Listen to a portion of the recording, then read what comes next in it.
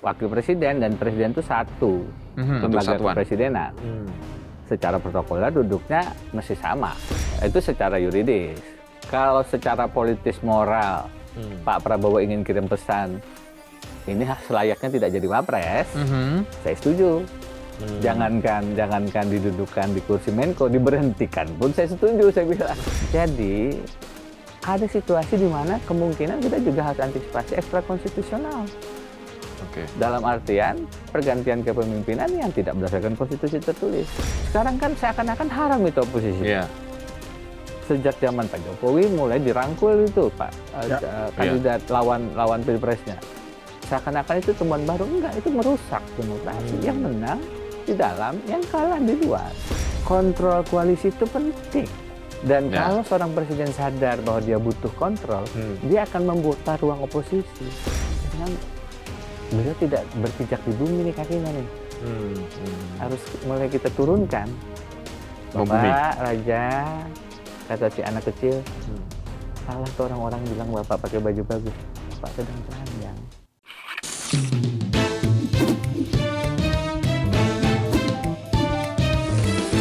To the point aja. Surat pertama bilang memecat Gibran. Surat berikutnya masih bilang serupa. Seolah kata bisa mengganti aturan. Padahal kita tahu hukumnya punya jalan panjang. To the point aja.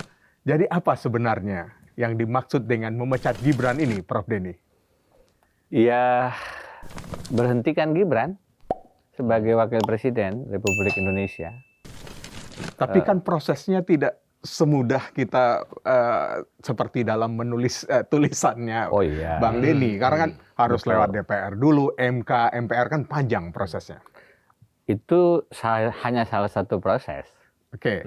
Jadi kalau dalam pasal pasal 8 Undang-Undang 45 itu presiden atau wakil presiden itu bisa kosong karena 4. Pertama, mangkat. Kedua, berhenti. Ketiga, diberhentikan. Keempat, tidak dapat melaksanakan kewajibannya lagi. Jadi yang tadi di refer itu hanya yang diberhentikan. Jadi seorang presiden, wakil presiden itu bisa berhenti karena meninggal. Itu pertama. Yang kedua, karena berhenti. Berhenti sendiri itu maksudnya mundur. Itu nggak perlu pakai DPR, MPR, MK. Artinya pengajukan sendiri. Hari ini dapat hidayah dari Allah Subhanahu Wa Taala, Mas Gibran, Mas Wapres, besok sudah bisa mundur. Proses tercepat berarti ya? Selain kalau datang azal yang itu lain lagi itu. Yang ketiga memang yang agak lama melalui proses politik persidangan politik hukum ya. Itu yang perlu DPR, MPR dan DPR, MK dan MPR. Yang terakhir tidak dapat melaksanakan kewajibannya itu salah satunya karena sakit permanen. Jadi kenapa ini perlu? Karena memang ada jalan yang bisa cepat. Kalau saya bilang dua dalam surat saya, tahu diri dan tahu malu. Tahu diri ini kan kalau kita lihat surat pertama itu kalau nggak salah pada saat rame diperbincangkan bahwa Wapres Gibran, ya Mas Gibran ini duduk di jajaran menteri, bukan di kursi sederet dengan presiden yang biasa. Ya, di atas menteri si Menko. Artinya menteri koordinator lah.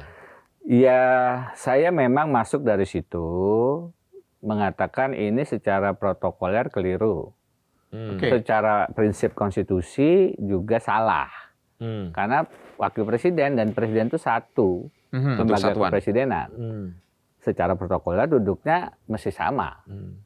Tidak boleh bahkan maju sedikit pun itu. Jadi sama selevel begitu, ya tinggal wakil presiden sebelah kiri. Saja. Tidak bersebelahan nggak apa-apa. Kalau di MPR kan duduknya berjarak tuh. Tapi tidak boleh maju atau satu lebih tinggi dari yang lain. Jadi itu protokolernya. Nah, tapi kemudian saya sambung. Itu secara yuridis. Kalau secara politis moral, Pak Prabowo ingin kirim pesan, ini selayaknya tidak jadi wapres, saya setuju.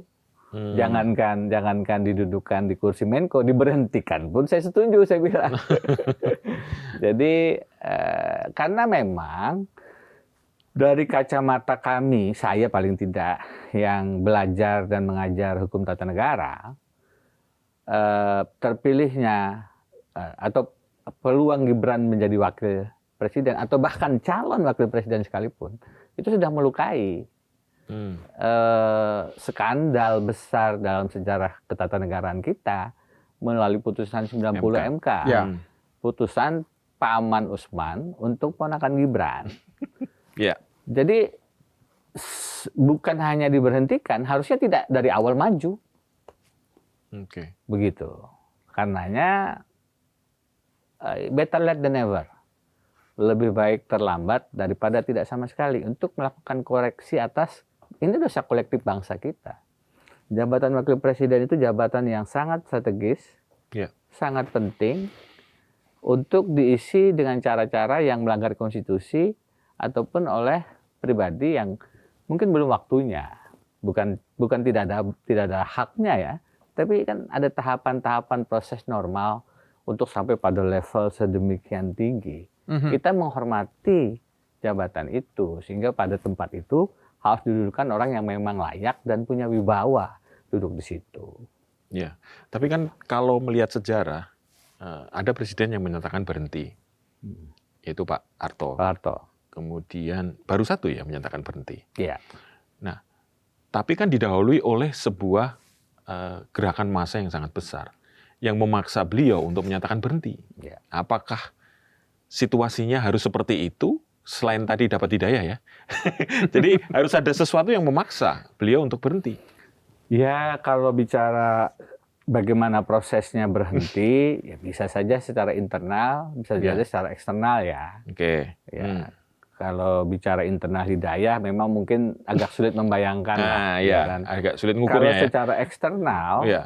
ya suatu rezim itu tumbang dalam surat saya yang lain, Mas. Itu saya bilang ada tiga Nah, sebab tumbangnya rezim. ya. Satu, krisis ekonomi. Oke. Dua, skandal publik. Oke. Paling kelihatan kalau ada korupsi. Ya. Yang ketiga, skandal pribadi. Hmm.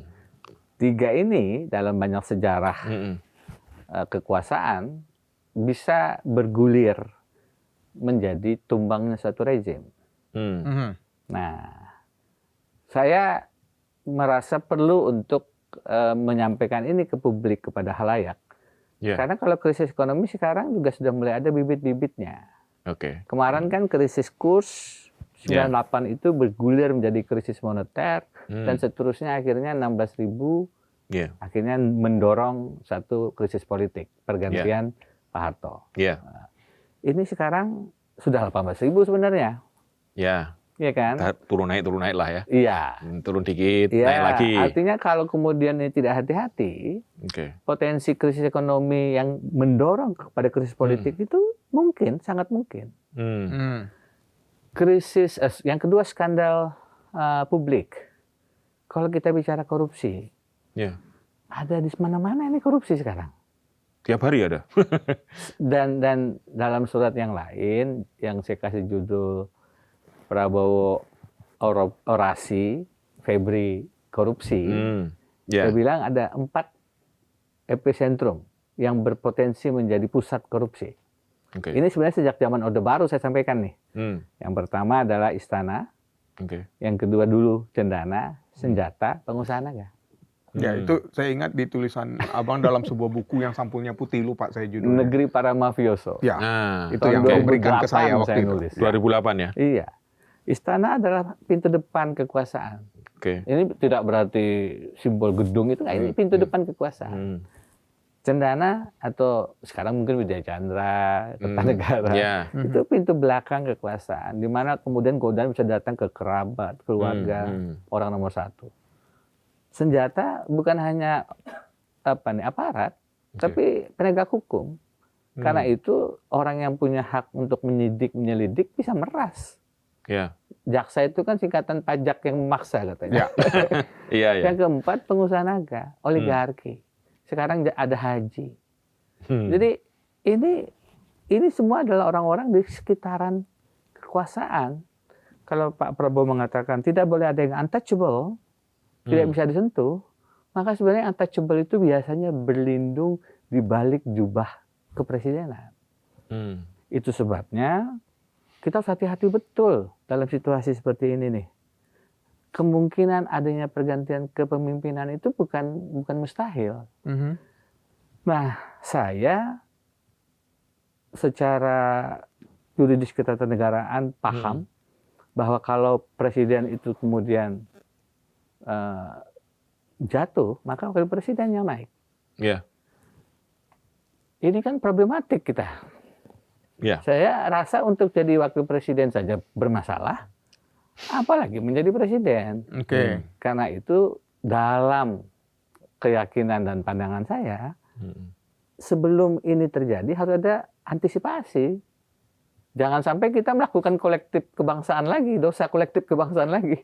Tiba-tiba pada saatnya, siapa tahu terjadi, Pak Prabowo kemudian jatuh, apapun penyebabnya, ya yang maju sebagai presiden kita punya Gibran Rakabuming Raka, itu konstitusional. Padahal tadi sudah sangat jelas banyak isu-isu yang harusnya bisa menyebabkan beliau jangankan jadi wapres, jadi calon wakil saja tidak sah begitu. Itu sebabnya saya merasa punya kewajiban moral untuk ya menulis. Karena kalau dalam Islam, dalam hati itu selemah-lemah iman. Ya. Saya ngerasa ini diam dan dalam hati aja nggak cukup. Rasanya ikut berdosa nih kalau cuma dalam hati. Paling tidak, saya kemarin minggu lalu ketemu Pak Amin Rais, paling tidak kita yang pendidik ini ya bisalah nulis, bisalah menyampaikan secara lisan. Itulah yang menyebabkan saya dalam hari-hari ini agak rutin menyampaikan surat-surat kepada Pak Prabowo. Harapannya ya mungkin bisa didengar, mungkin dipertimbangkan. Kalaupun tidak merubah keadaan, kewajiban untuk menyampaikan satu ayat sudah saya laksanakan. Sudah gugur kewajiban? Paling tidak ini tulisan ini menjadi salah satu pedang untuk berjuang lah. Tapi gitu. Bang, kalau tadi secara konstitusional kalau ada kejatuhan pemerintah otomatis wapres yang naik. Ini kan juga menjadi semacam menyandera pikiran orang untuk bagaimana melakukan sesuatu mendesak. Sebenarnya itu konstitusional kan untuk kalau pemerintah itu bisa berubah gitu. Ya, pergantian rezim itu adalah salah satu hukum alam. Ya. Kalau tadi tiga tadi misalnya salah satu atau ketiga-tiganya terjadi. Oke. Dan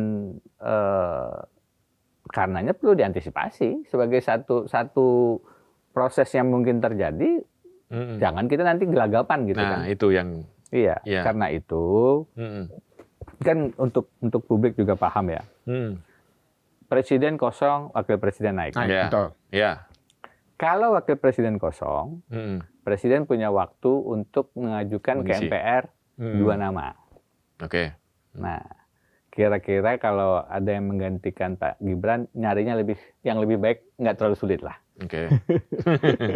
Yang ketiga, kalau tiga-tiganya kosong, kalau dua-duanya kosong, presiden dan wakil presiden, maka yang memimpin sementara itu triumvirat. Menteri Dalam Negeri, Menteri Luar Negeri, Menteri Pertahanan. Kemudian MPR itu punya hak untuk memilih dari pasangan koalisi pemenang pertama dan kedua Pilpres. Kalau sekarang, tiba-tiba dua-duanya posisi presiden wakil presiden kosong, maka yang diajukan ke MPR yang bisa mengajukan itu adalah pasangan koalisi Prabowo Gibran dan koalisi Anies Mohaimin. Ya. Walaupun ada komplikasi nih kalau pasangan ini nggak komplek lagi. Agak problematik tuh, tidak diatur tuh. Tiba-tiba yang satu pengen geser kemari, yang satu pengen geser ke situ. Itu nggak diatur tuh. Jadi ada situasi di mana kemungkinan kita juga harus antisipasi ekstra konstitusional. Dalam artian pergantian kepemimpinan yang tidak berdasarkan konstitusi tertulis. Tiba-tiba ada Dewan Presidium, perwakilan ulama, perwakilan tokoh masyarakat, sesepuh, perwakilan wartawan, ada beberapa orang yang dianggap figur, itu tidak diatur. Tetapi kan namanya aturan hukum kedarurat itu mungkin terjadi dan bisa menjadi hukum ketika dia diterima. Pada saat keluar dekret 5 Juli, Nah, Dengan 9 itu Iya. nggak ada aturannya bisa Iya. mengembalikan undang-undang dasar, bisa membubarkan konstituante, hasil pemilu nggak ada. Tapi karena dia kemudian diterima oleh Masyarakat. kekuatan-kekuatan politik, maka dia menjadi hukum. Jadi, meskipun ya tidak diatur. betul. Nah, Iya. pemahaman-pemahaman ini yang kompleks begini harus mulai disuarakan, diedukasikan, diliterasikan kepada publik kan. Bukan berarti saya ingin mendorong krisis, sama sekali tidak. Tapi kalau itu terjadi, kita paham bahwa skenario-nya itu ada A, B, C begitu. Jadi memang ini ikhtiar kecil di antara banyak sekali masalah kebangsaan yang saya rasa dari waktu ke waktu memang harus segera dilakukan langkah-langkah urgen untuk mengantisipasi. Bang Denny, kan selalu Abang menulisnya dalam bentuk sebuah surat terbuka ya. Ya. Secara konstitusi atau secara legalitasnya, bisakah kita ada orang ingin mengajukan hal itu, kemudian daripada melempar wacana itu ke publik lewat media atau Abang sampaikan lewat media sosial Abang juga, itu nempuh jalur permohonan itu secara resmi mungkin ke lembaga peradilan kah atau seperti apa? Iya, kalau kita berkirim surat kepada siapapun nggak ada melanggar hukumnya ya, iya kan? Betul. Nah, kenapa saya melakukannya secara publik? Karena asesmen saya, memang kalau secara pribadi di ruang yang tidak terbuka itu mungkin lebih tidak membuat salah tingkah lah atau malu lah pejabat negaranya. Secara etis barangkali itu lebih pas. Saya rasa itu masuk akal. Persoalannya adalah saya ngerasa kalau saya lakukan secara pribadi, ini kemungkinan sampainya ini kecil nih. Oke.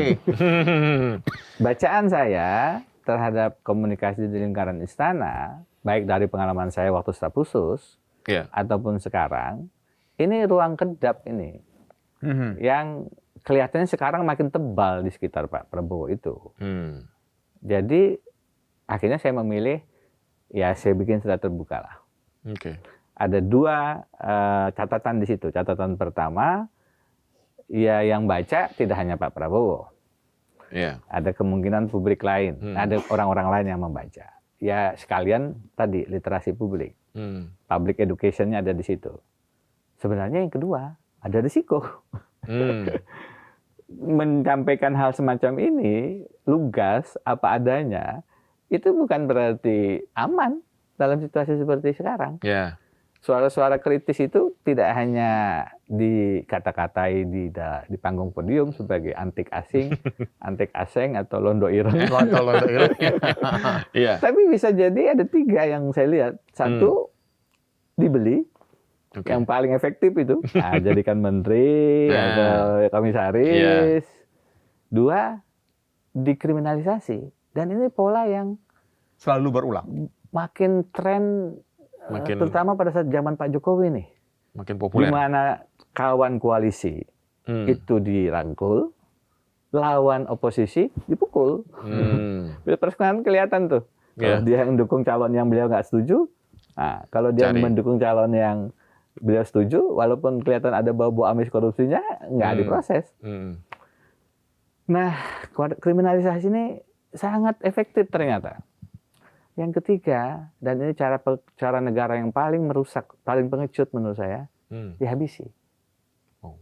Kita masih punya utang nyawa kepada almarhum Munir karena arseniknya. Kita masih punya utang mata kepada Mas Novel Baswedan dan Andri Yunus karena air kerasnya. Ini cara-cara negara menghadapi sikap-sikap kritis terhadap kekuasaan. Jadi ada risiko sebenarnya, dan saya pernah mengalami dikriminalisasi. Tetapi ya sudah, bismillah. Mudah-mudahan Allah melindungi, mudah-mudahan ikhtiar kecil ini, ya kalaupun tidak merubah, paling tidak berbagi apa yang saya tahu sedikit tentang ketatanegaraan gitu. Di samping kemudian memberikan alternatif kritik kepada, masukan kepada Presiden Prabowo, karena oposisi nggak ada. Nah, kabinet bayangan itu kan begitu juga. Kabinet bayangan kan juga Kenapa begitu. secara tidak langsung saja, Bang? Kan kita tahu, Abang di 2019 tim hukumnya Pak Prabowo pada saat proses sengketa Pilpres di MK. Artinya secara pada saat masa-masa itu masa akrab lah, sering bertemu intens. Artinya punya akses langsung lah dalam tanda petik. Kenapa tidak bisa disampaikan? Ya sayangnya tidak punya akses langsung. Jadi enggak punya HP-nya Pak Prabowo. Setelah menjadi kuasa itu juga tidak punya jalur komunikasi lagi. Sempat membangun komunikasi dengan lingkaran beliau, dengan Bang Dasko. Tapi juga tidak selancar yang dibayangkan lah. Jadi ya karena jalurnya memang tidak ada lagi, ya inilah sebenarnya kan bukan kali pertama saya berkirim surat. Saya waktu Pak Jokowi juga berkirim surat ke DPR. Karena menurut saya ada isu-isu yang bisa menyebabkan beliau juga melakukan pelanggaran terhadap pasal-pasal pemakzulan, impeachment. DPR saya minta untuk memulai proses impeachment. Bahwasanya itu tidak diproses ya hal lain. Jadi bahkan terkait dengan putusan MK 90, saya berkirim surat ke MK sebelum putusan dari Melbourne. Ini ada putusan, ada perkara di MK yang bisa menjadi sebab Gibran menjadi kontestan 2024. Saya katakan. Sudah berkirim surat saya. Untuk mengatakan harusnya Ketua MK jangan memeriksa perkara ini karena melanggar etika hakim konstitusi. Jadi waktu MK bersidang, Prof. Jimli membuka sidang Majelis Kehormatan Mahkamah Konstitusi, beliau bilang, ini ada surat dari Prof. Denny 3 bulan yang lalu, kok nggak diproses? Persis, saya sudah bersurat sebelumnya. Dan seharusnya kepada saya tidak dikenakan prinsip karena sudah ada putusan final and binding. Saya bilang, kepada para pemohon yang melakukan keberatan setelah putusan MK bisa dikatakan tidak bisa diganggu-gugat. Tapi saya 3 bulan sebelumnya. Sebelum ada putusan? Sebelum putusan saya sudah ingatkan MK. Harusnya saya tidak dikenakan alasan final and binding di putusan nggak bisa diubah lagi. Saya bilang sama Pak Jimli, Pak saya mengajukannya sebelum putusan loh. Nggak dijawab tuh sama beliau. Karena memang problematik kalau masuk lewat pintu saya harusnya bisa. MK-nya berarti mengabaikan surat apa yang sudah jelas. Terang kan? Bahwa ini ada paman yang bisa membuka ruang bagi ponakan. Kan jelas itu melanggar prinsip internasional, Bangalore Principles, bahwa tidak boleh hakim memeriksa perkara yang terkait dengan keluarganya. Jadi ini sudah saya lakukan sejak lama berkali-kali. Saya coba konsisten dengan nilai-nilai ini, bahwa ini melanggar prinsip demokrasi, melanggar prinsip konstitusi. Karena itu memang harus diadvokasi secara publik, secara terbuka. Gitu. Ini terkait dengan tadi ya upaya suara yang mengkritik atau sebutlah oposisi. Ketiadaan oposisi formal atau ketiadaan atau gimana? Lemahnya atau tunduknya oposisi formal itu sebenarnya bagi negara seperti apa tuh, Bang? Rugi ya? Dan ini salah apa ya? Pikir di Pak Prabowo. Nah, gimana yang harus diluruskan? Loh, tidak punya oposisi itu kerugian besar. Kalau semua di sekitar beliau mengatakan benar, maka beliau akan cenderung melakukan abuse of power, bahkan cenderung akan koruptif. Karena rumusnya korupsi itu adalah penguasaan kekuasaan tanpa transparansi, tanpa akuntabilitas, tanpa kontrol. Itu korupsi. Jadi justru oposisi kontrol itu adalah bagian dalam menciptakan good governance, pemerintahan yang bersih, pemerintahan yang baik. Sekarang kan seakan-akan haram itu oposisi. Sejak zaman Pak Jokowi mulai dirangkul itu Pak kandidat lawan pilpresnya. Seakan-akan itu temuan baru, enggak, itu merusak demokrasi. Yang menang di dalam, yang kalah di luar. Ini kan saya dengar sebenarnya Pak Ganjar mungkin ditawarin, yang saya tahu Pak Anies ditawarin untuk jadi menteri, menteri luar negeri katanya. Tidak mau. Menurut saya itu tepat gitu. Jadi sekarang partai oposisi tidak ada dan PDI Perjuangan kan nggak jelas posisinya nih antara mitra lah katanya kan. Tapi pada poinnya adalah tidak ada oposisi. Civil society dilemahkan. Ormas agama diberi tambang. teman-teman media mungkin merasakan kepemilikannya mulai di dan seterusnya. Dan di tingkat itulah makanya kita perlu ada langkah-langkah alternatif. Kabinet bayangan salah satunya yang diinisiasi Mas Ferry Amsari dan kawan-kawan. Cara saya adalah paling tidak salah satunya untuk menyuarakan, loh Pak, ini bukan pengkhianat, ini bukan lawan, ini kawan. Kawan itu tidak selalu memberikan pujian. Kawan itu kadang-kadang mengingatkan dengan cara kritik. Justru yang memberikan pujian itu bisa jadi racun bagi seorang penguasa. Kalau saya jadi presiden, saya tulis, yang pertama kali saya angkat adalah staf khusus pembisik khusus memberikan kritik. Yang tiap hari tugasnya menyampaikan kabar paling buruk, kritik paling pedas, dan bilang kepada Bapak Presiden, Bapak keliru Pak. Apakah itu ada? Menurut saya penting. Saya kalau rapat waktu wakil menteri, saya bilang, oke, apa laporannya? Saya bilang, beri saya laporan paling jelek. Masalah paling besar. Jadi saya undang karena yang pujian, kabar baik itu, tidak perlu diundang, dia datang. Dari segala penjuru pujian akan datang. ABS itu nyata di lingkaran presiden itu. Saya 3 tahun di istana, sehingga saya tahu persis bahwa orang untuk menyampaikan kabar apa adanya, jujur itu langka. Dan itu keliru, karena presiden bisa salah langkah. Kalau tidak mendapatkan informasi dan data yang sebenarnya, kan itu bahaya sekali. Betul. Nah, saya menduga, saya merasa, ini di sekitaran Pak Prabowo agak steril ini. Agak terjaga dari kabar-kabar yang mungkin buruk, tapi apa adanya gitu.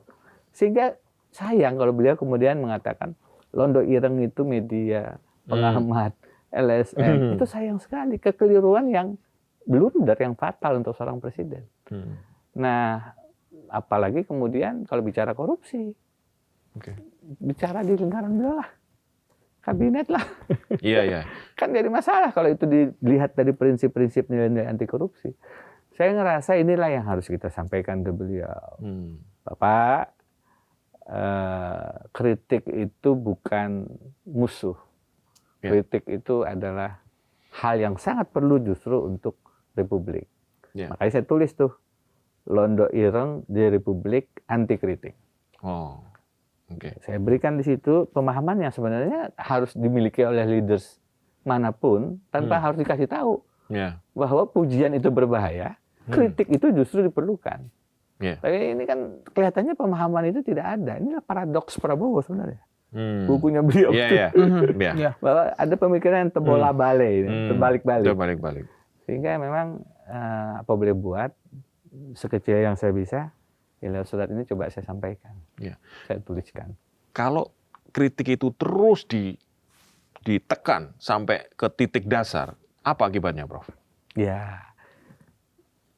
Apa analogi yang paling sederhana? Kalau dia dibendung, air begitu, dilakukan bendungan-bendungan ditutup, kemudian ada gelombang, ada gempa sedikit yang bikin itu jatuh ambrol, tsunami. Tsunami. Itu akan jadi bentuk kerusuhan dan lain-lain kan. Harusnya kan diberi ruang, diberi kanalisasi. Tetap ada itu kesempatan menyampaikan kritik itu. Ini kalau secara kenegaraan DPR itu kemudian tidak bisa menggunakan hak pengawasan kontrolnya secara baik, LSM dilemahkan. Apapun caranya, dengan misalnya Mas Andre Yunus disiram air kerasnya, semua elemen-elemen kemudian tadi either dibeli atau dikriminalisasi atau dihabisi, bahaya sekali bagi demokrasi kita, bahaya sekali sebenarnya bagi presiden, karena beliau akan mendapatkan informasi yang hanya satu jenis, satu arah, yang kedengarannya akan menyenangkan, tapi bukan fakta sebenarnya. Kalau kita lihat pidato-pidato presiden sekarang kan, kita bertanya-tanya ini siapa yang memberi masukan kan? Mungkin yang ngurus pidato juga, aduh Pak jangan di luar teks Pak. Harus baca teks saja ya. Mungkin kalau Mas Dino Patijalal mengatakan Pak Presiden kurangi perjalanan ke luar negeri, kayaknya agak berkurang. Sudah berkurang. Mungkin sekarang saatnya kita menyampaikan Bapak Presiden kurangin pidato Pak di dalam negeri, ataupun pidato pendek-pendek aja, baca teks saja. Karena mungkin harus menyampaikan ke beliau, maaf Pak, data-data dan kalau di luar teksnya cenderung akan salah dan berbahaya. Kan sangat banyak nih kalau teman-teman wartawan barangkali atau teman-teman yang di sosial media barangkali nungguin nih ada lagi nih konten yang bisa jadi viral berita. lagi ya. Iya, tapi kan secara kenegaraan justru kontraproduktif. Ya. Malah tidak bagus secara ketatanegaraan. Sebagai bentuk berita menarik, Ya. tapi sebagai arah bernegara membahayakan. Jadi ya kita secara objektif ingin presiden tidak salah-salah angka. Matematiknya tidak keliru, tambah-tambahnya nggak salah. Tapi kan begitu salah, berita ini kan, konten ini kan nggak boleh begitu kita. Tadi Abang sempat menyinggung soal kabinet bayangan, karena DPR kita tidak bisa melihat lagi oposisi ada di parlemen. Kemudian muncullah teman-teman civil society ini, Ferry Amsari dan kawan-kawan, membangun kabinet bayangan. Yang ya tampaknya merasa secara ketatanegaraan kok tidak ada jalur resmi. Jadi suara masyarakat yang lepas sajalah gitu, tidak ada daya tekan yang kuat kepada pemerintah.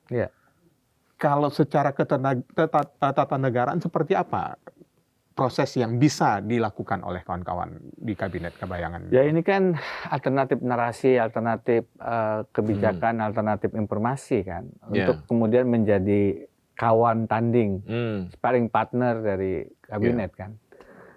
Saya ini sedang berpikir untuk ini undang-undang Kementerian Negara jangan-jangan perlu diuji nih, karena perubahan yang kemarin menyebabkan ini tanpa batas. Berapa ratus wakil dan 100 lebih menteri dan wakil menteri. Ada LPNK yang setingkat menteri, lembaga pemerintahan dan kementerian. Ada kepala badan yang tidak setingkat menteri tapi punya gaji dan fasilitas setingkat menteri. Ini semua kan jadi, kalau dulu undang-undang Kementerian Negara membatasi, sekarang tidak lagi. Dan semuanya mengiyakan karena dapat bagian. Nah, model-model begini kalau tanpa kontrol kan berbahaya. Sistem presidensial itu ada 3, Mas. Satu, efektif presidensialism, presiden yang efektif. Itu membutuhkan koalisi yang pas terbatas. Jadi ada buku judulnya Coalitional Presidency. Minimal winning coalition. Ya kalau 100%, 60 lah, 40 biarkan untuk kurang kontrol. Yang kedua, oversize coalition. Koalisi kebesaran, koalisi kegendutan kayak gitu. Ini udah terlalu banyak lemaknya, nggak sehat, nggak ada kontrol. Itu bahaya, oversize coalition. Presiden yang pertama itu sistem presidensial, satu kata. Kalau yang oversize coalition ini, presidensial ada an-nya, karena berbahaya. Gendut. Yang ketiga itu minority presidensial, presiden yang sial. Ini undersized coalition, koalisinya terlalu kecil, sehingga mudah dimakzulkan. Makanya presiden yang sial. Nah, saya pernah nulisin, tapi nggak ada yang berani muat. Presidensial satu kata, presidensial 2 kata, presidensial satu kata, 2 kata lagi. Saya tulis ke sini nggak dimuat judulnya, saya tulis judulnya. Saya tulis di website saya sendiri. Poinnya adalah kontrol koalisi itu penting.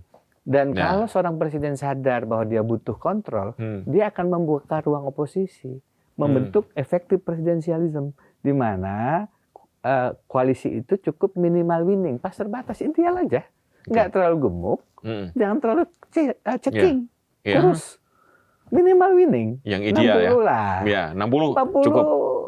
Anda jadi sparring partner saya. Memang mungkin repot karena ada beberapa kebijakan barangkali perlu effort untuk goal. Untuk lobby-lobbynya. Tapi disitulah ruang demokrasi. Kalau nggak mau 60, 70 lah. Ya kan? Masih ada ruang 30 ya? Masih ada ruang kemudian kita mendengar soal alternatif gitu loh. Daripada semua diambil, semua direkrut, bahkan tidak cukup parlemen. Tambang pun diberikan untuk supaya ormas Islam atau ormas keagamaan juga tidak kritis. Ini kan repot kalau begini. Kalau semua dibawa ke dalam satu grup yang sama, maka bangsa ini akan kehilangan rem. Dia akan menjadi mobil yang terus meluncur deras tanpa rem, blong remnya. Bahaya, kita bisa kecelakaan. Kalau semuanya dikumpulkan dalam satu kepentingan, yaitu kepentingan kekuasaan, ada yang mengatakan begini, kalau oposisi formal dan oposisi non formal itu ditaklukkan, satu-satunya oposisi yang bisa menekan rezim itu adalah market katanya. Karena market ini rasional, bahkan tidak bisa dijangkau oleh rezim yang berkuasa. Contoh, misalnya rating tentang ekonomi, itu sampai pikirannya begitu. Hanya itu yang bisa tidak dipengaruhi oleh sekarang dalam kondisi sekarang. Gimana, Prof? Nah, ini teman-teman ekonom lah. tapi logika itu menurut saya masuk Logis, akal, ya? Masuk akal. Dan kan kelihatannya itu juga terjadi coba dipengaruhi lewat pergantian BEI, OJK, sekarang Gubernur BI, ya kan? Saya tidak punya pengetahuan yang cukup untuk memberikan analisis ekonominya. Tapi poinnya adalah seberapa upaya kekuasaan untuk menjadi memonopoli kekuasaan itu sendiri, pasti ada kekuatan alam yang akan mencoba hadir sebagai penyeimbang. Itu sunatullah tuh. Ya, hukum alam ya? Hukum alam, nggak bisa dia terus-terusan sendiri. Terus. Negara adalah saya adalah Tuhan kadang-kadang kan kata Fir'aun. Tapi kan akan ada tuh ruang-ruang yang sekecil apapun yang akan membesar, dan itu akan muncul, apakah itu lewat pasar. Kalau kita lihat sekarang beberapa katanya perusahaan-perusahaan multinasional sudah mulai angkat kaki, bank-bank kredibel dari luar juga sudah mulai menarik dananya, dan seterusnya yang lebih tepat disampaikan oleh para ahli dan pengamat ekonomi. Tapi saya rasa itu satu faktor yang memang perlu diperhitungkan tuh. Bahwa ada kekuatan yang tidak bisa dikontrol, akuisisi, tidak bisa dikooptasi. Kalau lembaga-lembaga sekarang udah mulai kan, bahkan saya mengkritisi Mahkamah Konstitusi. Kami itu sekarang melakukan pengujian di TUN tentang Kepresnya Pak Adis Kadir, proses pemilihannya, karena menurut kita tertutup, tidak transparan, dan tidak akuntabel, tidak sesuai dengan Undang-Undang MK. Apa? Ya karena ada upaya untuk mengkooptasi Mahkamah Konstitusi. Karena dia, semuanya ini dugaan kami adalah tujuan elektoral 2029. Jadi teman-teman Dirty Vote 2, 3O itu, otot, ongkos, otak, itu sudah mulai kan.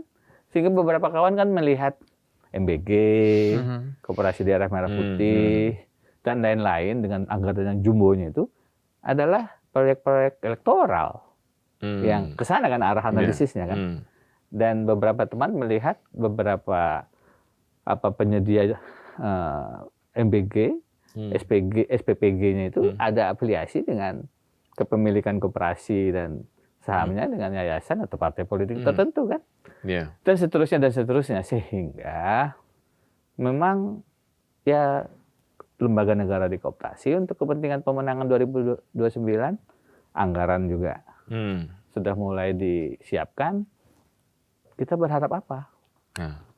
Kalau situasinya semacam itu, di mana demokrasi, saya mengatakan ini di mana-mana, dolar rakyat sudah dibajak oleh duitokrasi, dolar duit. Artinya kita memang harus berpikir alternatif demokrasi kita ini harus diselamatkannya dengan cara-cara yang revolusioner. Nah, saya tidak tahu. Seperti saya apa? Bukan peramal. Yang saya bisa lakukan, menyampaikan secara lisan dan tulisan. Apakah ini ada, karena saya sempat ada membaca sebuah utasan yang disampaikan oleh netizen ya. Ini otoritarian yang berbalut presidensial. Apakah seperti itu akhirnya? Ya, ketika kalau semua jadi koalisi gitu. Demokrasi otoritarianisme kata orang. Seolah-olah demokratis, tapi sebenarnya otoriter. Pemilunya adalah pemilu seolah-olah.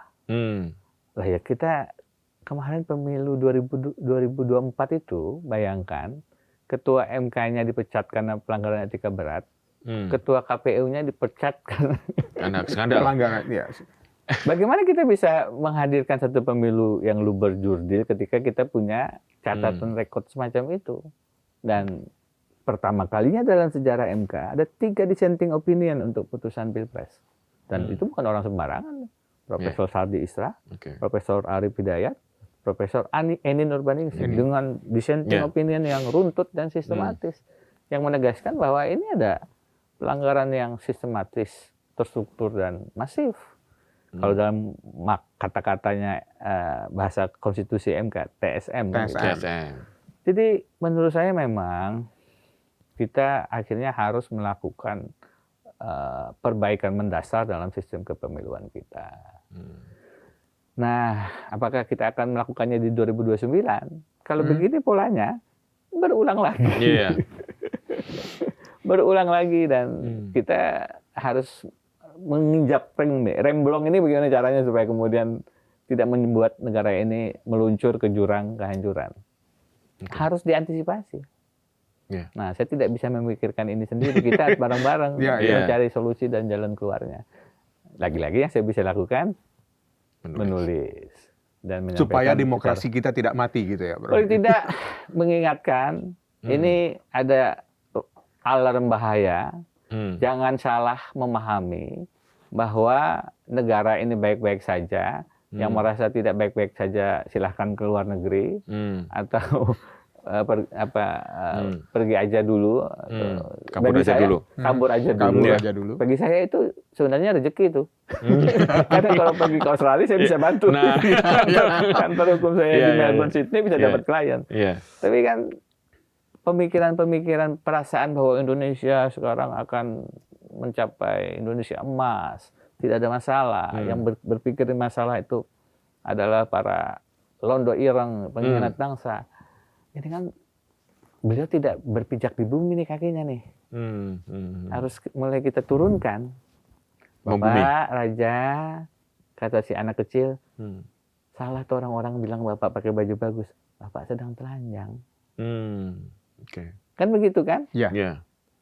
Yang sedang dipertontonkan ini bagi saya adalah ketelanjangan politik yang saru secara faktual gitu, secara aktual. Kita yang mengingatkan ini, mungkin anak kecil yang lugu apa adanya melihat. Mungkin dianggap londo ireng, tapi kita mengatakan apa adanya. Tanpa berbalut kepentingan, enggak ada. Mau dikasih apa kita? Kalau kita lihat, Bang, surat terbuka yang Abang tuliskan juga sudah banyak ya. Di webnya Abang juga banyak. Kemudian ada juga beberapa yang dikutip oleh teman-teman di media, dimuat di media. Tapi dari semua surat yang Abang kirimkan, surat terbuka, kemudian ada yang berbentuk video, tampaknya kan tidak ada respon sama sekali dari istana. Iya. Nah, sampai kapan Abang akan menuliskan surat ini sementara tidak seolah-olah seperti tidak didengar lah surat suara Abang itu? Ada kawan mengatakan sekarang memang kalau ada suara-suara yang begini direm dengan tidak diangkat ke mainstream. Jadi ini diundang podcast begini itu sudah luar biasa. Atau ya dibiarkan aja gitu. Ya sekarang kita memang kalau kita berorientasi pada menang di MK, kita kadang-kadang ini ada gunanya nggak ya? Tapi sekarang orientasinya bukan pada hasil menang dan kalah, didengarkan atau tidak. Orientasi kita adalah pada proses. Jadi hasilnya apa itu bonus. Kalau berhasil, alhamdulillah. Kalaupun tidak, proses kita untuk memperbaiki demokrasi ini itu yang jauh lebih penting dalam pandangan saya. Sehingga ya sampai kapan, saya sudah niatin lebih rutin sih. Kemarin sempat agak tiap hari, tapi kan kalau tiap hari juga barangkali nanti kualitas tulisannya juga mungkin tidak terjaga. Jadi ya sudah, kalau ada isu saya akan tulis, kalau tidak ada saya tidak paksakan. Kenapa saya buat dalam bentuk video? Karena diseminasinya kelihatannya lebih banyak yang akan memperhatikan kalau visual nih. Saya paksakan menulis karena selain saya ingin kembali banyak menulis, untuk juga mengundang kita lebih banyak membaca, tidak hanya scrolling. Informasi yang sekilas. Iya, ini kan merusak juga di otak-otak kita ini, sosial media yang sangat pendek-pendek videonya begitu. Tapi oke lah, saya tulis dulu, orang baca dulu, yang saya lihat kelihatannya dapat respon dan bagus, coba saya videokan. Maksudnya apa? Biar makin banyak yang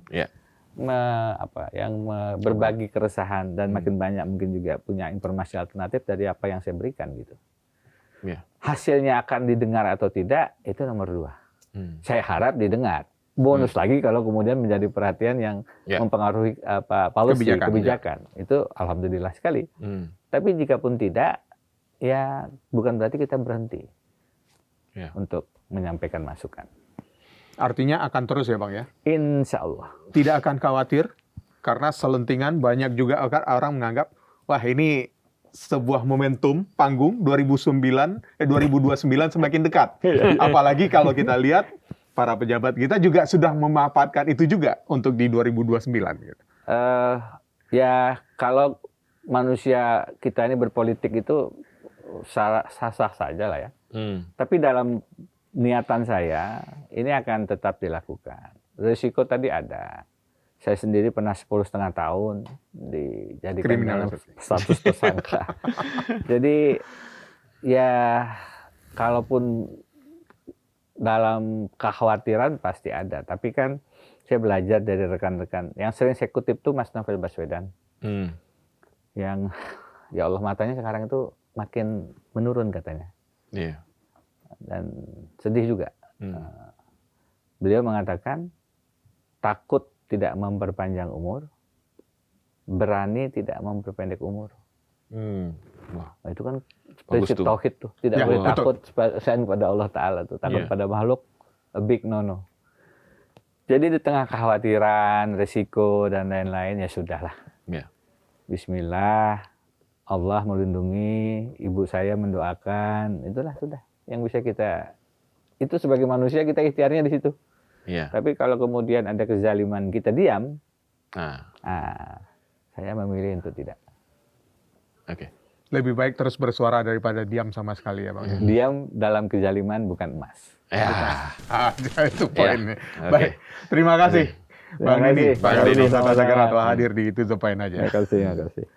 Sobat Sindo, 1 surat bisa saja diabaikan. 100 surat mungkin sulit dibungkam. Kritik bukan untuk menjatuhkan, tapi menjadi cermin agar kapal besar ini tak karam. Saya Eka Kesuma. Saya Pung Purwanto. Sampai jumpa.